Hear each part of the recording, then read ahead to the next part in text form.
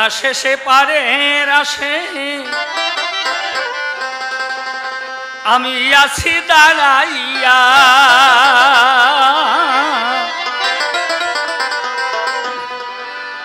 দয়া করে দয়াল মাঝি লহ পার করিয়া বেলা শেষে পারের আসে আছি দাঁড়াইয়া দয়া করে দয়াল মাঝি লহ পার করিয়া আমি কাতরে তোমার ডাকি কাতরে তোমার ডাকি দুবাহু বাড়াইয়া দয়া করে দয়াল মাঝি লহ পার করিয়া বেলা শেষে আছি বসে তার ঘাটায় বসিয়া দয়া করে দয়াল মাঝি লহ পার করিয়া আমি নিচে মায়ায় সংসারের গা ছিলাম যে মগ তুমি যে মোর কত আপন ভাবি নাই কখন ও ভাবি নাই কখন নিচে মায়ায় সংসারের গা ছিলাম যে মগ তুমি যে মোর কত আপন ভাবি নাই কখন ভাবি নাই কখন আমি দেখিয়া সোনালি স্বপন দেখিয়া সোনালি স্বপন ছিলাম ঘুমাইয়া দয়া করে দয়াল মাঝি লহ পার করিয়া বেলা শেষে দয়াল আসে আছি দাঁড়াইয়া দয়া করে দয়াল মাঝি লহ পার করিয়া জীবনের হিসাব নিকাশ সব হয়েছে সংসারেরও দেওয়া নেওয়া সেজেছি বাতু হরিবল হরিবল এ জীবনের হিসাব নিকাশ সব হয়েছে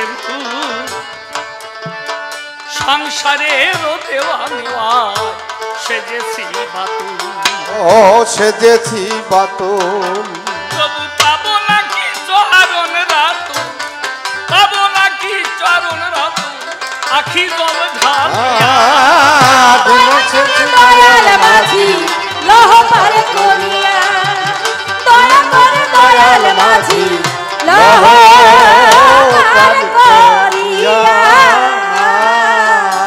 নিশি বলে তোমায় দেবা কিছু নাই বাকি কৃপা করে তুমি মোরে কাছে লও ডাকি কাছে লও ডাকি নিশি বলে তোমায় দেবা কিছু নাই বাকি কৃপা করে তুমি মোরে কাছে লও ডাকি ও কাছে লাও ডাকি আমায় চরণ তলে দিও রাখি চরণ তলে দিও রাখি করুণাই ঢাকিয়া দয়া করে দয়াল মাঝি লহ পার করিয়া বেলা শেষে পারের কাছে আছে দাঁড়াইয়া দয়া করে দয়াল মাঝি লহ পার করিয়া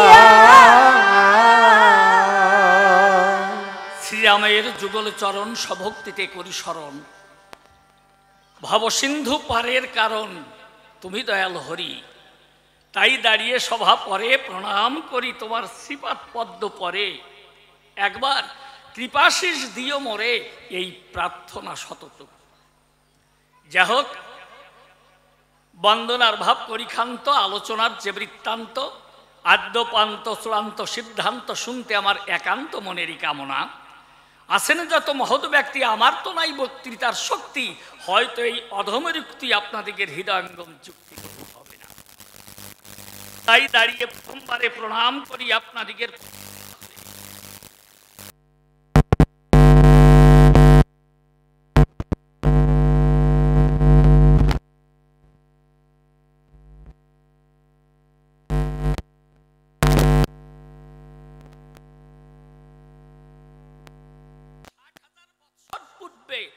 তিনি রামায়ণ করেছেন লিখন।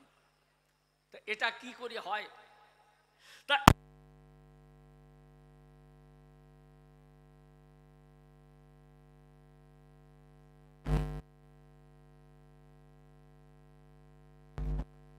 রচন, কেননা এটা তো সহজ ব্যাপার না। আপনারা করে দেখেন বিবেচনা।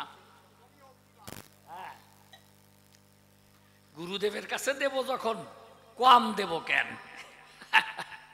কয় যে প্রথমে যোগ নিবান। তাহলে 60,000 বৎসর পূর্বে যে রামায়ণ তুমি করেছিলে রচন, আমি প্রশ্ন করি তোমার কাছে, সেই রামায়ণে কি এখনই আছে? এখনো আছে? এই যে আমরা দেখি, সচরাচর দেখি যে রামায়ণ, ভালো দেখে আজ সবার হেতা এই রামায়ণে কি তুমি সেই সময় দিয়েছিলে বক্তৃতা এবং এই রামায়ণ করেছিলে লিখন। তাহলে রাম জন্ম নেবার 60,000 বৎসর আগে আমি নিবেদন করি তোমার পূর্বভাগে, তুমি কিভাবে এই রামায়ণ করেছিলে রচন? এই শক্তি তুমি কোথায় পেলে আজ আমাকে বলবে খুলে? এটা তো এই গোপন কথা তো তুমি আমারে জানাওনি কখন।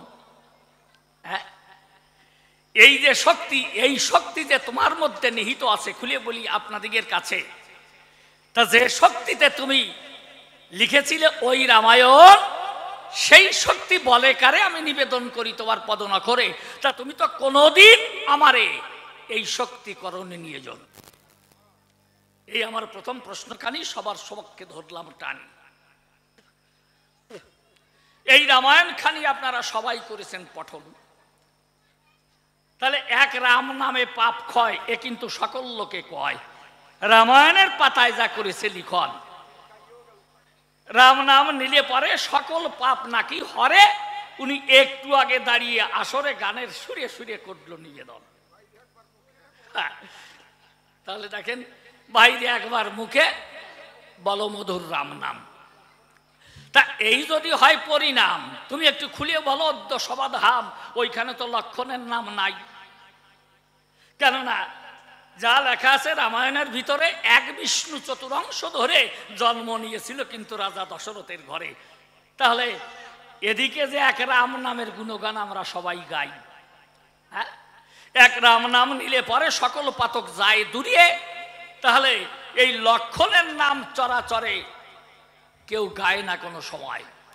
এই ভরত লক্ষণ শত্রুঘ্নে যা আর যে 3 ভাই ছিল, আচ্ছা এদের কি অপরাধ হলো? বা এদের কি কিছু শক্তি কম পড়ে যায় না বাঘের কিছু কম বেশি আছে? বলো দেখি, আমার কাছে 1 টাকাকে যদি সমান 4 ভাগে ভাগ করা যায়, তাহলে সকলের ভাগে, সব ভাগেই তো 25 পয়সা পড়ে নাকি? তা বলো দেখি আমার ধারে, তাহলে রামের ভাগেও তাই হয়।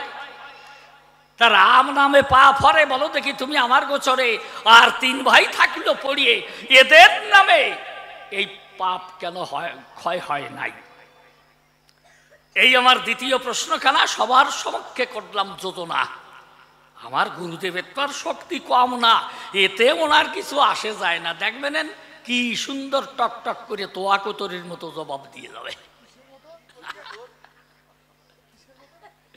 আর বলতে পারবো না, ও বোঝা লাগবে না। কবুতর যাকে বলা হয়, হ্যাঁ, খুঁটে খুঁটে খায়। তাহলে এই আমার 2 নম্বর প্রশ্ন হলো, তুমি আমার কাছে খুলে বলো, এক রাম নামেই সকল পাপ গেল, কিন্তু আর 3 ভাই গেল কোন জায়গায়? তাদের কি কোনো অপরাধ আছে? তুমি খুলে বলবে আমার কাছে। বা ভাগের বেলায় কি তাদের শক্তি কম পড়ে যায়? একটু কম হলে পরে তবুও তো 2-1টা অন্তত হতে পারে নাকি? কিন্তু এ তো খুঁজে পাওয়া যায় না কোনো জায়গায়। তাই তুমি ভালোভাবে জবাব দিয়ে আজ আমায় যাবে বুঝাইয়ে, এক রাম নাম নিয়ে সকল পাপ দূরীভূত হয়। তবে এই 3 ভাই যে জগতে ছিল, তাদের শক্তি কিসে খর্ব হলো, একটু ভালো করে বুঝায় বলবে ভাষায়। এই 2খানা প্রশ্ন হয়ে গেছে, আমি নিবেদন করি আপনাদের কাছে। আরো আমার ইচ্ছা জেগেছে হিয়ায়। এই যে দেখুন, মা বাবা মারা গেলে পরে খুলে বলি আপনাদের ধারে, তাদের উদ্দেশ্যে বা তাদের নামে অন্নদান করে, এই সন্তান যারা রয়, তাহলে এই জন্য সেখানে আবার রামায়ণও গান দেয়। তবে আজ আমরা রামকবি গাবো সভায়।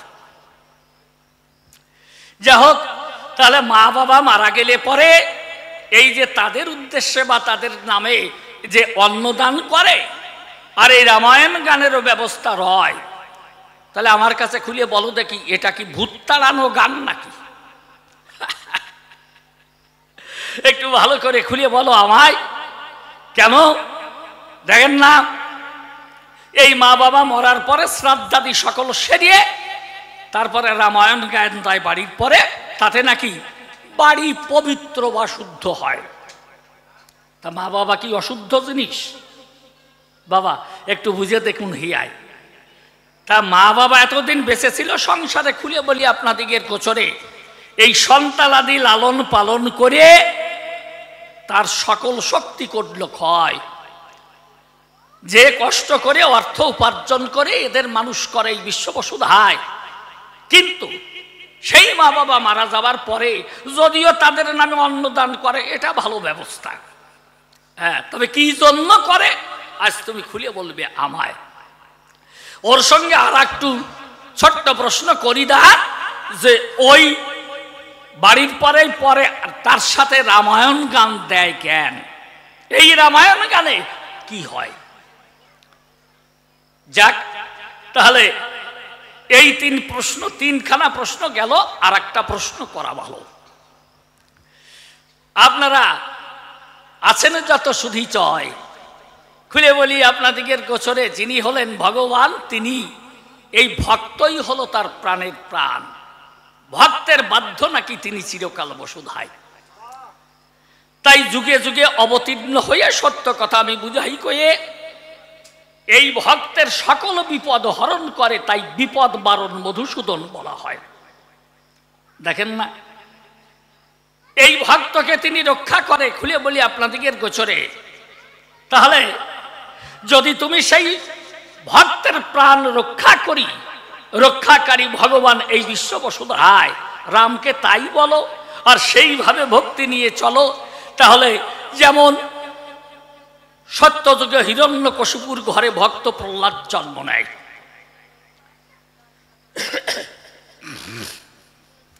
এই যে ভক্ত প্রহ্লাদ জগতে এলো, আপনাদের কাছে বলা ভালো, সে কিন্তু ভগবানের সাধনা করেছিল বসুধায়। ভগবানের নাম করে হিরণ্যকশিপু, তখন ওই নাম ভুলাবার তরে ষাণ্ডমার্ক গুরুগৃহে পাঠায়। এই ষাণ্ডমার্কের কাছে যখন দিল, সে যত প্রকার শিক্ষা দিয়েছিল, যদি বলে প্রহ্লাদ বলো তো ক, সে বল ওই কয়ের মধ্যেই আছে আমার কৃষ্ণ রসিক রসময়। তাই তো আমি ভালোবাসি, কয়ের মধ্যে আমার কৃষ্ণ কালো শশী, সতত ভক্তের নামে বাজায় বাসি, এই জন্য তাকে ভালোবাসি হিয়ায়। আসতেও মা এইভাবে বলে প্রহ্লাদ। যা হোক, গুরুদেব দেখে ব্যাপার কি, যে নাম ভোলাবার তরে এই দৈত্য গুরু দিয়ে গেল আমার ঘরে, আর সে যদি আবারও সেই নাম করে, এ তো নাম কমাতে গিয়ে আরো বেড়ে যায়। হ্যাঁ, তাই প্রহ্লাদকে নিয়ে যখনই তার বাবার কাছে এলো, দেখিয়ে হিরণ্যকশিপু ডাক দিয়ে তখন প্রহ্লাদকে শোধায়, প্রহ্লাদ রে, বল দেখি তুই কি পড়েছিস, বল তো কোয়া।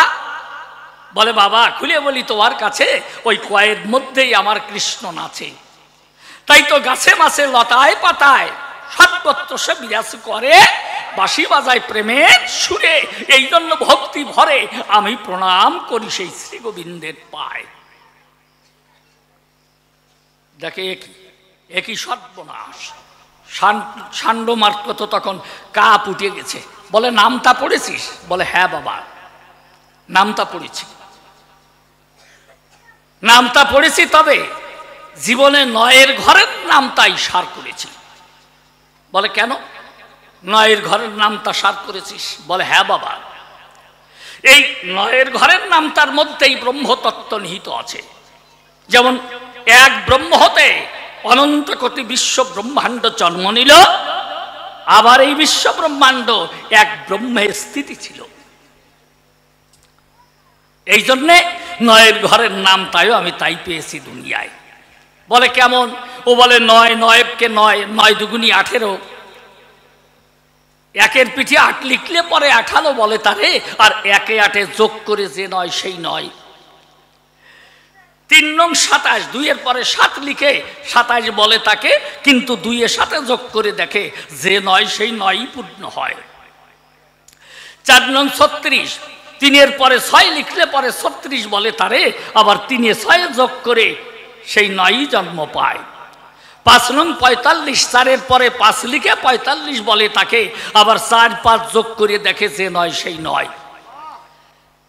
6 নং 54, 5-এর পরে 4 লিখলে পরে 54 বলে তারে, আবার ওই 5-এ 4-এ যোগ করে নয়ই পূর্ণ হয়। 7 নং 63, 6-এর পরে 3 লিখলে পরে 63 বলে তারে, আবার 6-এ 3-এ যোগ করে যে নয় সেই নয়। 8 নং 72, 7-এর পরে 2 লিখে 72 বলে তাকে, আবার 7-এ 2-এ যোগ করে দেখে সেই নয়ই পূর্ণ হয়। 9 নং 81, ওই যে কৃষ্ণ কালো শশী প্রেমের বাঁশি বাজায়, বাবা কি বলবো তোমার ধারে, তাহলে 9-এর 8-এর পরে 1 লিখলে পরে 81 বলে তারে, আবার 8-এ 1-এ যোগ করে যে নয় সেই নয়। 9 10 90, 9-এর পরে 0 দিলে পরে 90 বলে তারে, আবার 9 আর 0 যোগ করে যে নয় সেই নয়। বাবা এক ব্রহ্ম থেকে জগৎ এসেছে, খুলে বলি তোমার কাছে, অনন্ত কোটি ব্রহ্মাণ্ড জন্ম পায়, আবার সেই অনন্ত কোটি ব্রহ্মাণ্ডের ভিতরে এক ব্রহ্ম এসে চরাচরে লীলা করে এই বিশ্ব বসুধায়। এই বিশ্বজগৎ তার, খুলে বলি তোমার কাছে, আমার কৃষ্ণের প্রতিটি লোমকূপে তাই অনন্ত কোটি বিশ্ব ব্রহ্মাণ্ড গাথা আছে। তাহলে ওই যে নয় সেই নয়, এই ব্রহ্মতত্ত্ব 9-এর মধ্যে ওই 9-এর নামটাই আছে, খুলে বলি তোমার কাছে, তাই তো এই 9-এর ঘরের নামটাই সার্থ করেছি বিশ্ব বসুধায়। হিরণ্যকশিপুর আগে উঠেছিল চলে, ডাক দিয়ে তখন পারিষদ বর্গকে বলে, যাও বিরাট অগ্নিকুণ্ড প্রজ্বলন করে এই প্রহ্লাদের হাত পা বেঁধে ফেলে দেবে তথায়। যখন বিরাট অগ্নিকুণ্ড প্রজ্বলন করেছিল, প্রহ্লাদের হাত পা যখন বেঁধে দিল, ওই আগুনের মধ্যে ফেলেছিল মিথ্যা কথা নয়, স্বয়ং ভগবান কৃষ্ণ, যিনি আগুনের মধ্যে আবির্ভূত হয়ে তিনি আপন ভক্তকে তখন কোলে তুলে লয়। আপনাদের কাছে জানাই, তার হাতে পায়ের সকল বাঁধন পুড়ে হয়ে গেছে ছাই, প্রহ্লাদের কিন্তু একটা পশম পর্যন্ত পড়ে নাই। খুলে বলি সভাস্থান, ভক্তের পরশে পরম হরসে ওই আগুন পর্যন্ত হয়ে গেল ফুলের বাগান। তাহলে এ যদি হয়, এই ভগবান সেই যুগে, খুলে বলি তোমার পুরো ভাগে, তাহলে এখানে যদি প্রহ্লাদকে রক্ষা করে এই বিশ্ব বসুধায়, যেমন বুকে পাষাণ বেঁধে, খুলে বলি তোমার সান্নিধ্যে যখন ওই নদীর মধ্যে ফেলে দেয়, প্রহ্লাদ কিন্তু হরি হরি হরি বলে ভেসে ভেসে নয়ন জলে আপন মনে তখন গোবিন্দের গুণগান গায়। আপনাদের কাছে বলা ভালো, তখন এই বুকের পাষাণ পর্যন্ত, শিলা পর্যন্ত সোলা হয়ে গেল এই নামের মহিমায়। মাতাল হাতিকে খাওয়াইয়ে মহৎ স্বভাবকে করিয়া বধ, ওই মাতাল হাতি যখন ছেড়ে দেয় প্রহ্লাদকে হাত পা বেঁধে, খুলে বলি আপনাদের সান্নিধ্যে ওই পথের পরে রেখে দেয়। মাতাল হাতি যখন ছুটে এলো, প্রহ্লাদকে বসে বসে গোবিন্দের নাম করছিল। যখনই হাতি এসে শুন্ডে জড়িয়ে উপরে তুলে লয়, সবাই ভাবে এইবার প্রহ্লাদকে আছাড় মেরে তার প্রাণ নষ্ট করবে চরাচরে। কিন্তু হঠাৎ চেয়ে দেখতে পারে ওই হাতি তখন প্রহ্লাদকে মাথায় করে তাধেই নৃত্য করে তার ভাষায় যেন গোবিন্দের গুণগান গায়। অনায়াসে নামিয়ে দিল, তখন প্রণাম করে হাতি ফিরে গিয়েছিল। এ যদি হয়, এতবার যদি ভগবান তার আপন ভক্তকে রক্ষা করে। তুমি বলো দেখি আমার ধারে তোমার এই রামায়ণের ভিতরে এই রকম একজন পরম ভক্ত বৈষ্ণব ভক্ত তরুণী সেন এই বিশ্ববসুধায় বাবা দেখেছেন? এই যে তরুণী সেন ছিল রাবণের ভ্রাতুষ্পুত্র, সবাই এই লঙ্কা যখন বীরশূন্য হলো সম্মুখে, তখন আমার ওই তরুণী সেন এসে দাঁড়ায়, ডাক দিয়ে বলেছে, জ্যাঠামশাই। অপলক নেত্রে তখন রাজা রাবণ ওর দিকে তাকায়, ভাবছ এর দ্বারা তো কোনো কাজ হবে না। আবার মাথা নিচু করে বসে আছে তরুণী সেন, ডাক দিয়ে বলে তখন রাজা রাবণের কাছে, জ্যেষ্ঠতা তো বলো দেখি আমায়, আমার কথা লাও, তুমি আমাকে আদেশ দাও, আমি যুদ্ধে যাব এ সময়। রাজা রাবণ করেছে মানা, তরুণী রে আমি সে আদেশ তোকে দিতে পারি না। তরুণী সেন বলছে, কেন? আমি তোমার শত্রুপুত্র, তাই হয়তো তোমার সৈন্যদিকে নিয়ে আমি বিপক্ষ সৈন্যের দলে যোগদান করবে সময়, তাই ভাবছ?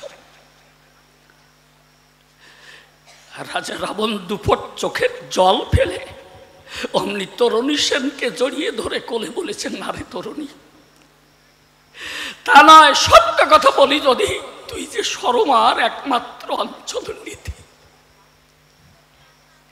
জানিস তরুণী, তাই তোর মা যদি আদেশ দেয় বলি তোর বরাবরই, তাহলে আমি আদেশ দিতে পারি। তরুণী সেন প্রণাম করে তখন ফিরে যায়, গিয়ে মায়ের কাছে বলছে, মা আমি যুদ্ধে যাব, আমার কথা লাও, আজ তুমি আমাকে আপন হাতে নিবেদন করি তোমার সাক্ষাতে আমার সর্বাঙ্গে তুমি রাম নাম লিখে দাও। বড় আনন্দিত মনে খুলে বলি সবার সন্নিধানে, আজ সরমা নিজের পুত্রকে কোলে করে তার সর্বাঙ্গে রাম নাম লিখে দিয়েছে। দেখো তাহলে এই তরুণী যখন যুদ্ধক্ষেত্রে গেল, গুরুদেব তুমি আমার কাছে খুলিয়ে বলো, সেই তরুণীর অঙ্গে কি করে ভগবান রামচন্দ্র বাণ মেরেছিল, ফাঁকা ছিল কোন জায়গায়, বাবা বাণটা মারলো কোন জায়গায়? সর্বাঙ্গে যদি রাম নাম লেখা থাকে, গুরুদেব একটু নিবেদন করি তোমাকে, একটু ভালো করে বুঝাইয়ে দিও আমায়, এই রাম নামের মধ্যে কোন জায়গায় ফাঁক ছিল যে রামচন্দ্র সেই জায়গা দিয়ে বাণ মেরে ওই তরুণীকে নিধন করেছিল। বড় সংশয় জেগেছে হিয়ায়। তাহলে দেখেছে, তা আমার ছোট্ট একটা গল্প মনে পড়ে গেছে, বলবো? আপনারা তো এক সময় পূর্ববঙ্গে অধিকাংশ লোকই ছিলেন, তা ওই দেশে বর্ষাকালে মানুষ পাট চাষ করে, তারপর নল চাষ করে। এই বন্যার জল যখন যায় ভরে বেশ খানিকটা জল হয়, দেখ উটবিড়াল, মানে যাকে সহজ বাংলায় দাঁড়িয়ে বলা হয়, তাই না, ওই জলের ভিতরে ডুব দিয়ে দিয়ে মাছ খেয়ে বেড়ায়। এই জন্য যারা ওই জেলে মশাই যারা মাছ ধরতে যায় নদীতে, অনেকের ওই এভাবে জাল ফেলে, আবার তার সঙ্গে ৫, ৬টা, ৭টা, ৮টা করে ওই দাঁড়িয়ে কিন্তু তাকে নৌকায় ওই ছেড়ে দেয়, ওরা কিন্তু চতুর্দিক থেকে ডুব দিয়ে ওই মাছ তাড়িয়ে এনে জালে বাঁধায়। দেখেছেন? সেই উদবিড়াল করেছে কি, ওই নল বনে এসে, খুলে বলি আপনাদেরকে পাশে, ওই ডুব দিয়ে মাছ খায় আর এই নলের গুড়া কাটে। এইভাবে কেটে কেটে একেবারে 2 বিঘা জমির নল কেটে পরিষ্কার করে দিয়েছে। দাঁত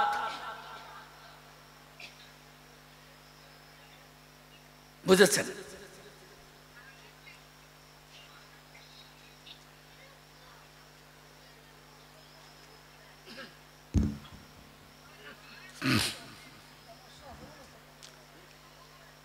হ্যাঁ, অনেকে আবার অনেক সময় দেখা যায় সকালবেলায় ওই গৃহকর্তা যখন জমিতে এসেছে, খুলে বলি আপনাদিগের কাছে, তখন এসে দেখে যে ওই যে উটবিড়াল ওই ডুব দিয়ে দিয়ে ওইভাবে মাছ খায় নলবনে। তোর হাতে এরকম বড় লম্বা কাস্তে ছিল, মানে কাশি যারে কয়, ওই কাশি দিয়ে এমনভাবে কোপ মেরেছে, কিন্তু কোপ দিতে গিয়ে ও তো উটবিড়াল মানে এই উল্টো দিকে ডুব দেয়, যখনই ডুব দিয়েছে পেছনের দিকটা উপরে ভেসে উঠেছে। কাশির যে আষাঢ়ি থাকে যেটা ধরে, ওইটা কিন্তু ওর পিছলে পাতালের দরজায় গেছে ভরিয়া। বুঝতে পেরেছেন তো? এই জগতে যত জীবজন্তু, পশু পাখি, কীটপতঙ্গ যা কিছু আছে, সকলের কিন্তু এই পাতালে প্রবেশ করবার একটা পথ আছে, যাকে মার্গদেশ বলা হয়। সহজ বাংলায় ওই পাছার ভিতরে ঢুকে গেছে। তা যখন পাছার ভিতরে ঢুকে গেছে, তা ওই উটবিড়াল ডুব দেয় আর ওইটা খোলার চেষ্টা করে।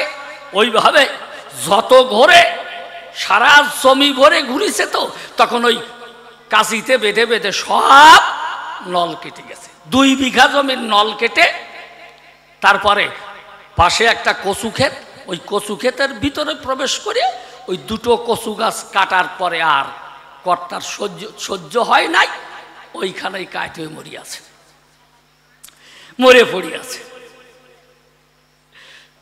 তা কর্তা ভাবছে যে কি হলো, এতক্ষণ দেখলাম এইভাবে ঘুরছে আর এই যে নল কাটা হয়ে গেল, তা গেল কোথায়? খুঁজতে খুঁজতে ওই কচু বাগানে গিয়ে দেখে যে ওইখানে মরে পড়িয়াছে। তা এইবার কর্তা ওর এই পেছনের এক ঠ্যাং ধরে উঁচু করে কয় যে, ও শালার উটবিড়াল, আমার 2 বিঘা জমির নল কেটে শেষকালে তুমি এই কচু বনে এসে আর পারো নাই। হ্যাঁ, এই কচু কাটতে গিয়ে বেঁধে গেছো, এইখানেই মরিয়ে পড়ি আসো। তা গুরুদেব, ভগবান ভক্তাধীন রক্ষা করে, ভক্তের প্রাণ খুলে বলি তোমার সন্নিধান। চিরকালে প্রমাণ যখন এই জগতে রয়, তাহলে প্রতি যুগে যুগে জগতে এসে খুলে বলি আপনাদিগের পাশে ভক্তকে ভালোবেসে তাদের প্রাণ রক্ষা করলো দুনিয়ায়। তা এই জায়গায় এসে বেঁধে গেছে, হ্যাঁ, এই কচু বাগানে এসে বেঁধে গেছে। এটা নরম জিনিস, নল হলো শক্ত জিনিস। কত জায়গায় প্রহ্লাদের কত রকম বিপরীত অবস্থা দেখেন, সব কিছু থেকে তাকে রক্ষা করে। আর খুলে বলি তোমার গোচরে এসে রামায়ণের ভিতরে নরম জায়গায় তরুণী সেনের বেলায় তার কোনো খোঁজ নাই। আর নিজে হাতে ধনুর্বাণ ধরিয়ে, নিজে হাতে বান মেরে ওই তরুণী সেনকে ক্ষয় করল গোসাই। তাহলে খুলিয়ে বলো আমার স্থান, এই তরুণী সেনের কি এমন অপরাধ ছিল আমার কাছে খুলিয়ে বলো। ভগবান নিজে হাতে কেন নিল তরুণী সেনের প্রাণ? আমার এই 4খানা প্রশ্ন হয়ে গেল, আপনাদের কাছে বলা ভালো। এইবার আর 1খানা প্রশ্ন আমি আমার গুরুদেবের কাছে করব দান। আমি জানাই আপনাদিগের ধারে দেখেন না, মানুষ বাড়িতে কত গৃহপালিত পশু যত্ন করে, গরু, বাছর, বিড়াল, কুকুর, কিংবা কুকুরানি যদি গর্ভবতী হয় তাহলে তাদের কিন্তু বাড়ি থেকে তাড়ায় না। এমনকি নিজের ঘরের বিড়াল না হলেও পাড়া প্রতিবেশীর ঘর থেকে এসে খুলে বলি আপনাদিগের পাশে যদি তার নিজ বাসে এসে ওই বাচ্চা প্রসব করতে চায়, আপনাদের আছে জানা, তবুও তাকে তাড়ায় না। দেখেছেন? এই যে দেখেন না, যারা ব্যবসা করে, এক মারোয়ারি দোকানে ওই শাল বিক্রি করে, বিরাট বিরাট শালের গাদা। এক ইঁদুর ওই শালের গাদার ভিতরে ঢুকে খুলে বলি আপনাদিগের নিকটে সেই বিরাট এক গাদা, সেইটা কেটে কেটে ভিতরে গিয়ে তারপরে বাচ্চা প্রসব করেছে। তা ওই শাল তো শীতকাল চলে গেলে পরে খুলে বলি আপনাদিগের ধারে, তারপর তো ওইভাবে থাকে পড়ে। আবার যখন বাইরে নামাতে যায়, কর্মচারী যে ছিল তখন ওই গাদা থেকে যখন ওই শাল নামাতে গেল, যেটা ধরে সেটাই দেখে যে ওইভাবে ছিদ্র করা কেটে বলে পার। তো ওইভাবে পারতে পারতে পারতে বিরাট গাদা হয়ে গেছে। এরপরে গিয়ে দেখে যে এক ইঁদুর বাচ্চা নিয়ে শুয়ে আছে। তা ও যখন এই ইঁদুরটাকে মারতে যায়, দোকানদার তখন করেছে মানা, বলে ওই গদির মহাজন করে মানা, খবরদার ওই বিড়ালে ওই ইঁদুরের গায়ে হাত দিবি না, ও আমার ঘরের আশ্রিতা, সন্তান প্রসব করেছে আমার আলয়, তোর কাছে করি দাবি এই শালগুলো নিয়ে সেইভাবে একটু ভালো করে পাতিয়ে রাখবি, ও যেন সযত্নে এই সন্তান পালন করতে পারে হিয়ায়। তাহলে দেখুন,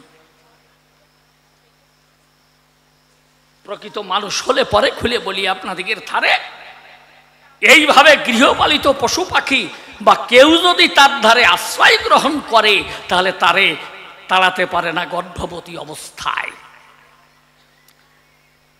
আর গুরুদেব খুলে বলি তোমার স্থান, এই যে তোমার রামায়ণের রাম ভগবান পঞ্চম মাসের গর্ভবতী নিজ পত্নী ওই মা সীতাকে বনবাসে পাঠান। এ কি করে সম্ভব হয়? আমার কাছে খুলে বলো, স্বয়ং ভগবান হয়ে যদি ভগবান হয়ে এই জগতে আসে, বলো দেখি তুমি আমার পাশে, তাহলে আপন পত্নীকে ভালো না বেসে এই পঞ্চম মাসের গর্ভবতী অবস্থায় কেন তারে বনবাস করল দান? বাহ বাহ বেটা বাহ। এই পাঁচখানা প্রশ্ন করি আমি গেলাম তোমার ধারে, আর বেশি কথা বলবো না তোমারে।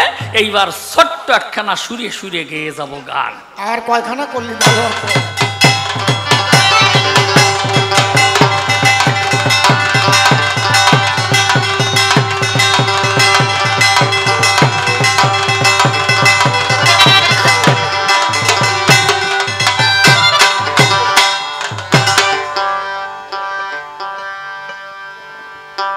আমি তো মাকে যে পাবো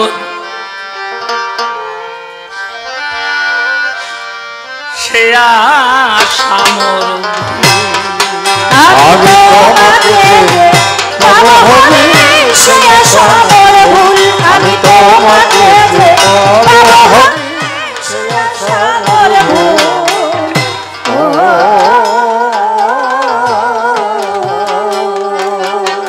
আমার মরুময় এই মন বাগিচায়, মরুময় এই মন বাগিচায় ফুটল না বাগান, তোমাকে যে পাবো হরি সে আশা মোর ভুল, আমি তোমাকে পাবো হরি সে আশা মোর ভুল।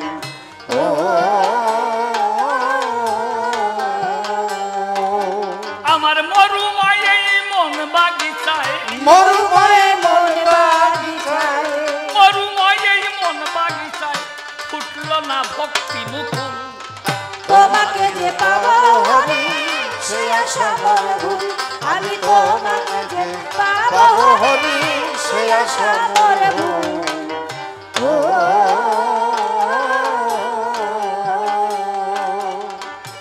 মুখে আমার ধর্মের বুলি, কর্মের বেলায় ফাঁক, বাহিরে মোর জাতির যেমন ভিতরে আরে, ও ভিতরে আলো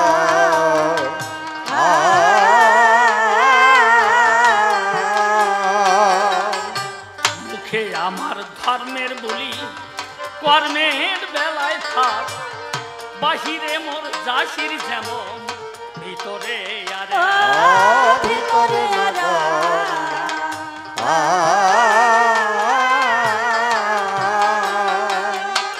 আমার মাঝে অনেক স্থান, মুখের ভীষণ ভরা,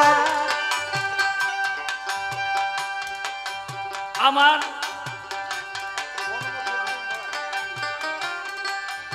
আমার মন মুখে রয় ভীষণ ফারা, মন মুখের ভীষণ ভরা, আমার মন মুখে রয় ভীষণ ফারা,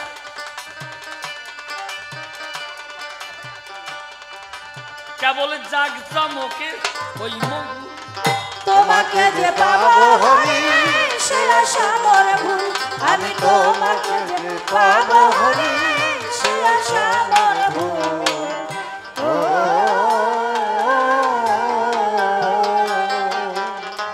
দুর্লভ মানব জনম পেয়ে আসিলাম হবে কেবল বিষয় মদে রইলাম মত্ত আত্মগৌরবে আত্মগৌরবে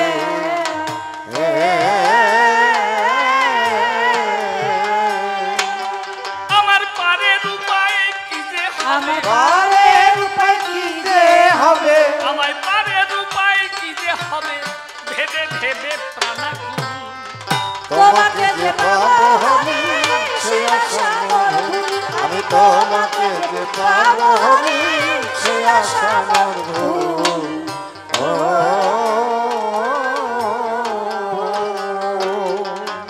অবহেলায় কেটে গেল সারাটি জীবন একদিনও না তোমার নামে ঝরল মর্ম ঝরল মোর নয়ন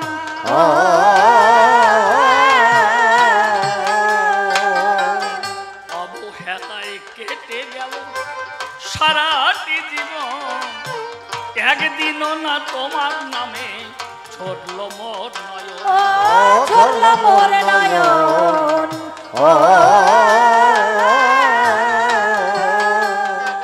ও যদি ধরতাম সাধু গুরু যদি ধরতাম সাধুরাত যদি ধরতাম সাধু গুরুর চরণ অকুলেতে পেতাম ফুল তোমাকে যে পাবো হরি সে আশা মোর ভুল আমি তোমাকে যে পাবো হরি সে আশা মোর ভুল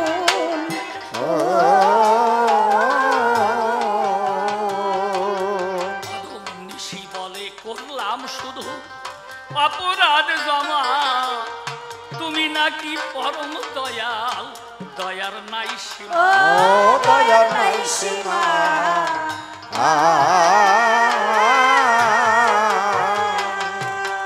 অধম নিশি বলে করলাম শুধু অপরাধ জমা তুমি নাকি পরম দয়াল দয়ার নাই সীমা ও দয়ার নাই সীমা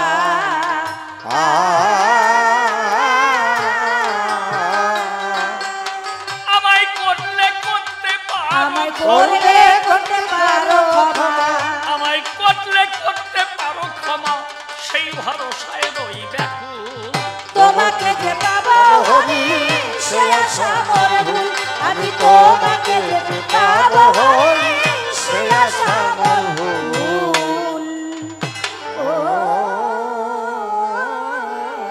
তবে আর বেশি কথা বলবো না এইখানে ছেড়ে যাব কাব্য আলোচনা।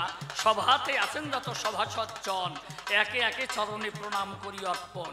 সভাতে আছেন যত মাতৃ জাতি আপনাদের চরণেতে হই যে প্রণতি।